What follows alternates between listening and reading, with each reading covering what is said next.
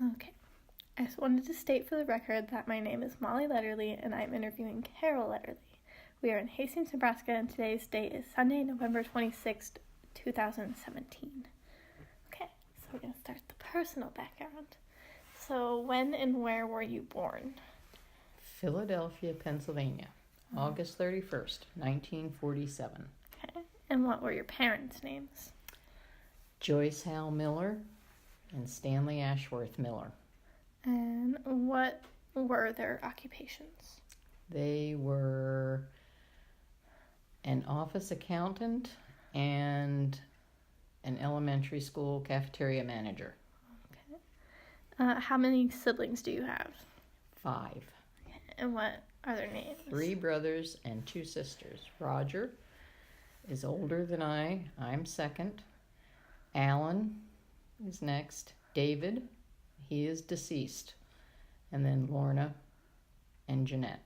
So I knew their names. Okay. When was your husband born?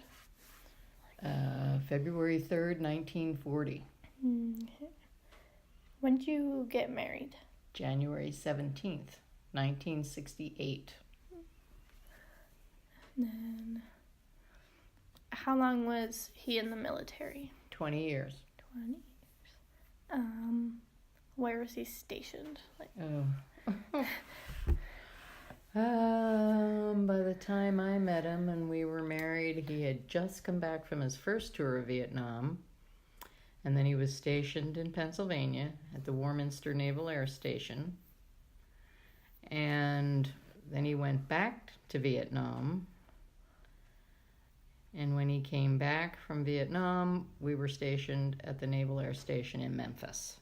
He had been in Okinawa and Korea and Japan and Vietnam and Thailand and Taiwan, and he'd been and then California at El Toro. He'd been all over the place for 11 years by the time I met him. What was your job and what were you doing when I met him? When he was in. When he was gone, I was home with my 2 sons. I did not work while he was in the military. Mm-hmm. And what was your living situation at the time? Well,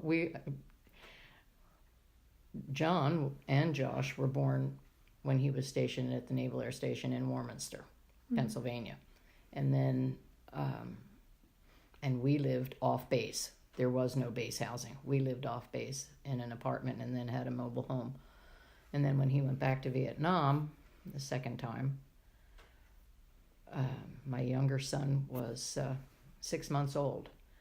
And he moved us to Fairbury, Nebraska, into a little house there across the street from his parents while he was in Vietnam. And when he came back, then we lived in base housing in Memphis. How'd you feel about the Vietnam War, while he was there? I don't know whether there's a word to describe it. It was very unsettling and frustrating because you never knew from day to day what was happening. And I had no idea you can't plan anything. You just have to kind of live from day to day because you hope not to expect the worst, but he was stationed on the Da Nang Air Base. And they shot rockets in there day and night, and it was, you just hoped that they didn't bomb the base and that he was going to get to come home. But it was just very unsettling, very frustrating. What did you know, overall about the war, at the time? Not much, other than everybody seemed to be disgusted that we were even involved in it. Mm-hmm. All we saw on the news and everything was about Jane Fonda was upset with, that we were over there and she was an activist and I guess nobody could figure out what we were even doing there, why our men had to be over there, and I guess that was all we knew was that we were trying to help the Vietnamese people and keep them from having to live under communist dictatorship rule. Mm-hmm. Like, what years was he deployed? Like, he went the first time at the end of '66 and came back in December of '67, and then he went back in August of '70 and came back in May of June of '71. Mm-hmm. How was he, like, after he came back? Like, was he different at all? I think he was relieved to be back, but it's a whole different lifestyle when you're living over there, mm-hmm. By yourself. They lived in little hooches. They called them hooches, look like little huts. And they were house mouse women, Vietnamese women. They called their house mice that came in and out and cleaned for them. And these women chewed betel nut, if you know what that is. It's a drug that they seem to be able to just live on over there. But I think he just seemed very unsettled and depressed. Not really. You don't really know what to do with yourself when you come back from living 24 hours a day under that kind of stress and strain, and with war going on. And they had to be, well, a lot of time I think they were working probably 20 hours out of every 24 hours. They were on the planes trying to keep them up in the air.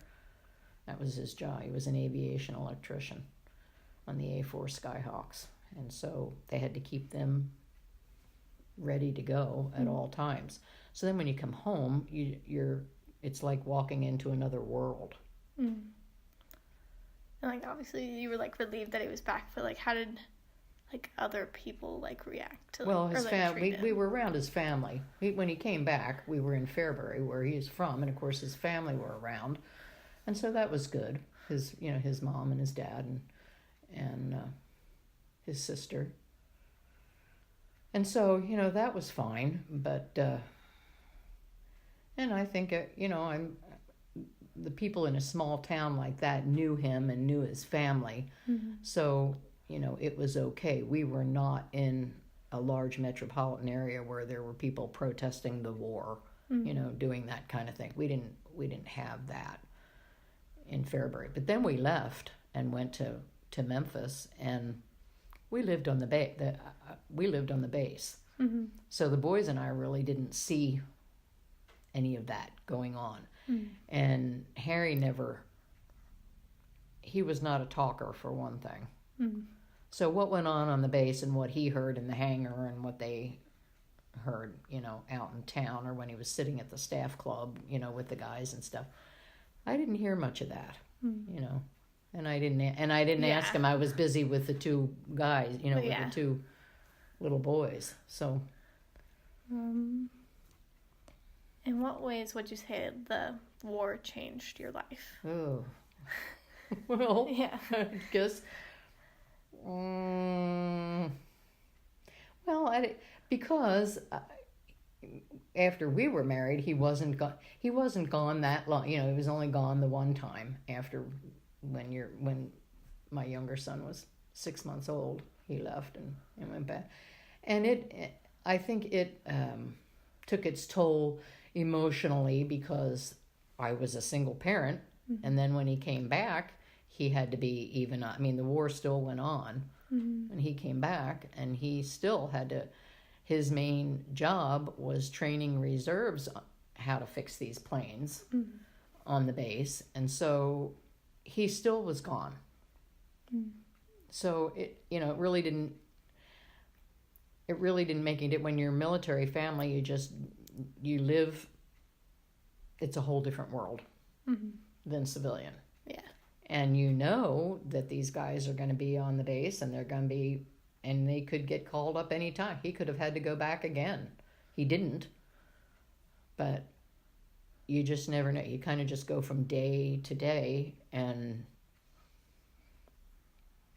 it changed when he did come back then and didn't have to go back.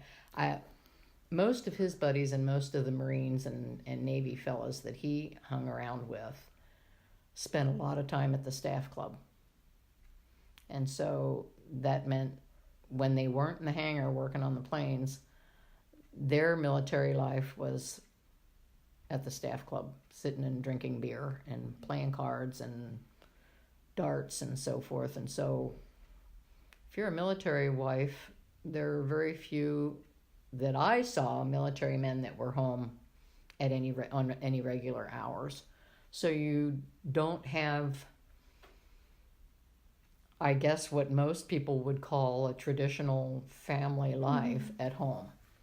You just don't have that. And especially in wartime, because they didn't know from one day to the next either what they were going to be doing. So it's just, your whole life is just kind of up in the air. Mm-hmm.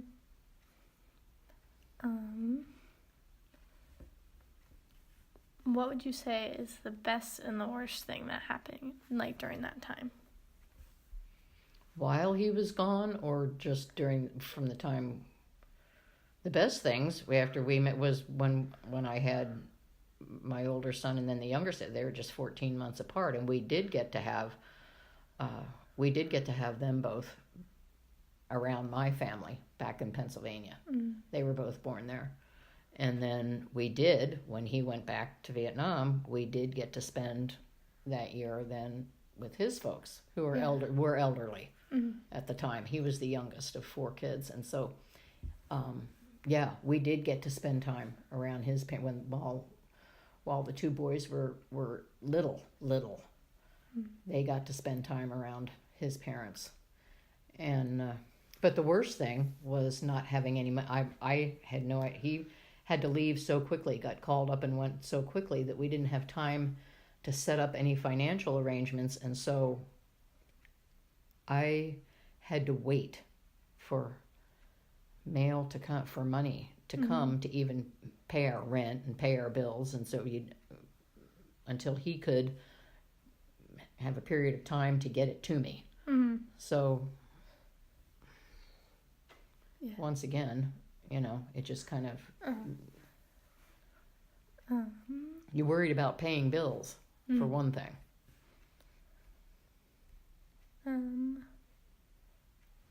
And so, like, what did your, like, friends or, like, neighbors think about the war? Or, like, most of the only ones I guess my one next door neighbor there on Bay. Well, and then we lived in 2 different base housing, and the one was the one mother that lived right next door to us. She seemed really settled, and it didn't seem to really bother her too much. And her husband was there. He had not been during that wartime. Mike had not been to Vietnam. He was there on the Naval Air Station, and I think he was a warrant officer. So it didn't seem to be bothering them. They had a couple of little kids. But then when we moved to the other housing, the one fellow was a Marine, lived at one side of us, and he was always very upset with the way they were being treated and the way when they came back, they weren't. I guess they expected better treatment, or they expected to be moved up in pay grades, but that didn't happen during the war. And so I think that most of them, just as I said, seemed to feel like it was, what are we doing? Are we really making a difference in anything, or are we just over there losing our guys, and a lot of them not getting to come home. Yeah. So, like, all your neighbors were, like, military people then? So they all had people in the military? Navy and Marines. I was not around Air Force because we were at the largest inland Navy base in the world. Yeah. So. How'd you feel about LBJ and his presidency during the time. We mostly just how would you feel about it? Because nobody seemed to really know what they were doing or why. And he didn't either. It didn't seem, I guess most of the time we just thought, here we go again. Why are they, but we didn't understand all the political stuff that was going on in Washington either. We didn't understand, we were not, and we weren't officers or anything. So we weren't in on all of the nitty gritty bureaucratic and political things that were, so, basically all we heard was what came over the TV and what we didn't. And the military guys just laughed and said, the president really didn't have much idea what was going on. Yeah. How did you feel about, what he did with the war and, his actions, concerning the war? Did you agree or, disagree with what he was doing? I don't know. I guess we just kind of felt like, why doesn't he just, no, I didn't agree with, and those that I spoke with at that time did not agree with him sending more of our troops over there and having the guys go back and forth, 2 or 3 different times. But then again, I guess that's upsetting because it's your family, because it's but we didn't understand either all of the ramifications as to, well, what was going to happen if we didn't? Because we weren't looking at it from the military standpoint. Most of the women that I were around were wives and mothers of these military men, and of course we wanted them home. And at the same time, we'd see pictures and even my husband sent home boxes of pictures that he took over there. At that time, you used a camera, and sent home rolls and rolls of pictures of people over there, and you couldn't help but feel sorry for them because they didn't have anything, and their people were all being killed. But our guys were trying to help them, and were trying to, they'd run into the villages and grab the kids out and try to save lives, so they didn't. But what could you do? When the bombers came over, when the rockets flew into the bunkers and stuff that on the base, we didn't have any choice but to fight back. Yeah. And so I guess, what can you say? The president did what he thought was the best thing to do. And was he ever hurt when he went over there? No, he was not injured. No. That's crazy. Yeah. Other than the stress emotionally, and mentally of being over there, but no, he was not physically hurt. Yeah. No. And then that's all the questions I have. But how old was he when he died again? 59. 59. I was 1. Yeah, you were 10 months. Yeah. I think that's all I have. That's it. I think that's it. Yep. You were 10 months old when Grandpa